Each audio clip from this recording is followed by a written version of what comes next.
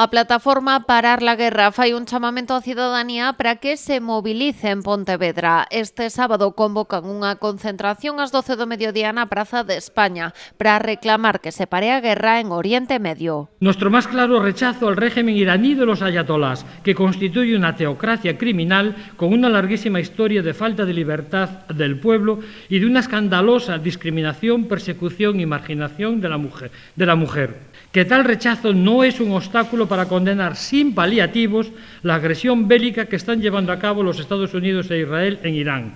Queremos enfatizar que su cruel agresión no es solo irresponsable, sino tamén ilegal. Segundo os datos achegados pola plataforma, xa son máis de 1.600 as persoas falecidas neste conflito.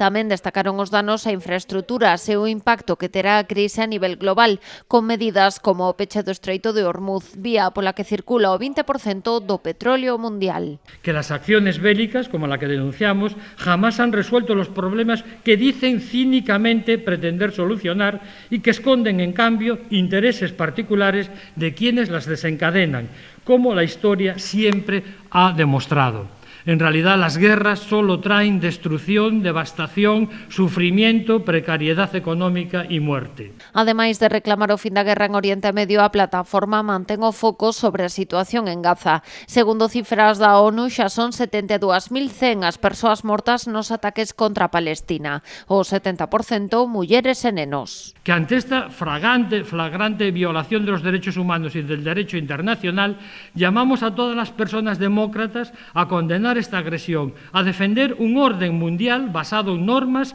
y a luchar por una paz justa y duradera en Oriente Medio que debe incluir el fin del genocidio en Gaza y el reconocimiento de los derechos del pueblo palestino de acuerdo con la legalidad internacional. A Pontevedresa é unha das convocatorias que se replicarán o sábado en cidades de todo o Estado, entre elas 23 galegas.